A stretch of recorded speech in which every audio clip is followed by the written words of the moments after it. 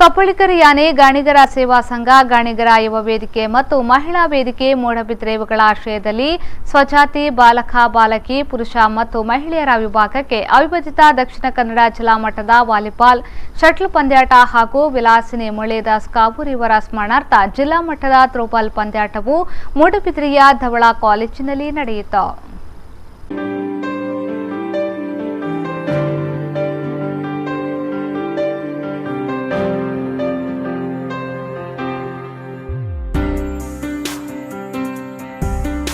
ಶ್ರೀ ಧವಳ ಕಾಲೇಜಿನ ಪ್ರಾಂಶುಪಾಲ ರವೀಶ್ ಕುಮಾರ್ ಪಂದ್ಯಾಟವನ್ನು ಉದ್ಘಾಟಿಸಿ ಮಾತನಾಡಿ, ಗಾಣಿಗ ಸಮಾಜದವರು ಕಳೆದ 5 ವರ್ಷಗಳಿಂದ ಅಚ್ಚುಕಟ್ಟಾಗಿ ಪಂದ್ಯಾಟವನ್ನು ಆಯೋಜಿಸುವ ಮೂಲಕ ವಿಶ್ವವಿದ್ಯಾನಿಲಯಗಳಿಗೆ ಸರಿಸಮಾನವಾಗಿ ನಿಂತಿದ್ದಾರೆ. ಈ ಪಂದ್ಯಾಟಗಳ ಮೂಲಕ ಗ್ರಾಮೀಣ ಕ್ರೀಡಾ ಪ್ರತಿಭೆಗಳು ರಾಜ್ಯ ರಾಷ್ಟ್ರ ಮಟ್ಟದಲ್ಲಿ ಮಿಂಚುವಂತಹ ಅವಕಾಶಗಳು ಸಿಗಲಿ ಎಂದು ಶುಭ ಹಾರೈಸಿದರು. ಈಗಾಗಲೇ ಪ್ರಾಸ್ತಾವಿಕ ಭಾಷಣದಲ್ಲಿ ಹೇಳಿದಂತಹ ಈ ಕ್ರೀಡಾಕೂಟ ಕಳೆದ 5 ವರ್ಷಗಳಿಂದ ಅತ್ಯಂತ ಒಳ್ಳೆಯ ರೀತಿಯಲ್ಲಿ ನಡೀತಾ ಇದೆ. ಬಹುಶಃ ಈ ಸಂಘದ ಉದ್ದೇಶ ಯುವಜನತೆಗೆ ಒಂದು ರೀತಿಯಲ್ಲಿ ಮಾರ್ಗದರ್ಶನ ನೀಡುವಂಥದ್ದು, ಅವರನ್ನು ಸರಿದಾರಿಯಲ್ಲಿ ಕೊಂಡೋಗುವಂಥ ಜವಾಬ್ದಾರಿ ಎಲ್ಲ ಹಿರಿಯರ ಮೇಲಿದೆ. ಈ ನಿಟ್ಟಿನಲ್ಲಿ ಈ ಒಂದು ಕ್ರೀಡಾಕೂಟ ಅತ್ಯಂತ ಪ್ರಯೋಜನಕಾರಿ.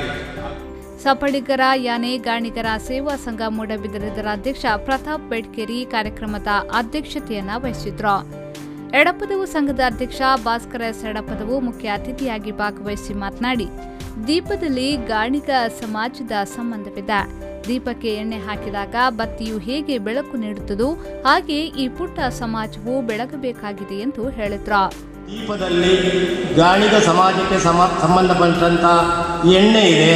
ಈ ಎಣ್ಣೆ ದೀಪ ಮತ್ತು ಬತ್ತಿ ಮತ್ತು ಎಣ್ಣೆ ಮತ್ತು ಬತ್ತಿ ಜೋಡಿಸಿ ಒಂದು ಬೆಳಕು ಮೂಡುವಂತೆ ಗಾಣಿಗ ಸಮಾಜ ಇವತ್ತು ಸಮಾಜದಲ್ಲಿ ಚಿಕ್ಕ ಸಮಾಜವಾದರೂ ದೊಡ್ಡ ಮಟ್ಟಿನ ಬೆಳಕನ್ನು ನೀಡುತ್ತಾ ಬಂದಿರುವಂಥ ಸಮಾಜ ನಮ್ಮ ಗಾಣಿಗ ಸಮಾಜ ಅಂತ ಈ ಸಂದರ್ಭದಲ್ಲಿ ನಾನು ಹೇಳಲಿಕ್ಕೆ ಇಚ್ಛೆ ಪಡ್ತಾ ಇದ್ದೇನೆ. ಅದೇ ರೀತಿ ಗಾಣಿಗ ಸಮಾಜಕ್ಕೆ ಪೌರಾಣಿಕ ಹಿನ್ನೆಲೆ ಇದೆ. ಮೂಡಬಿದ್ರೆ ಸಂಘದ ಗೌರವಾಧ್ಯಕ್ಷ ಸದಾಶಿವ ಬಂಗೇರ, ಮಹಿಳಾ ವೇದಿಕೆಯ ಅಧ್ಯಕ್ಷೆ ಸಂಧ್ಯಾ ಸಂದೀಪ್, ಯುವ ವೇದಿಕೆಯ ಅಧ್ಯಕ್ಷ ರಂಜಿತ್ ಪುತ್ರನ್, ಥ್ರೋಬಾಲ್ ಪಂದ್ಯಾಟದ ಪ್ರಾಯೋಜಕ ಮುರಳೀದಾಸ್ ಕಾವೂರು ವೇದಿಕೆಯಲ್ಲಿ ಉಪಸ್ಥಿತರಿದ್ದರು.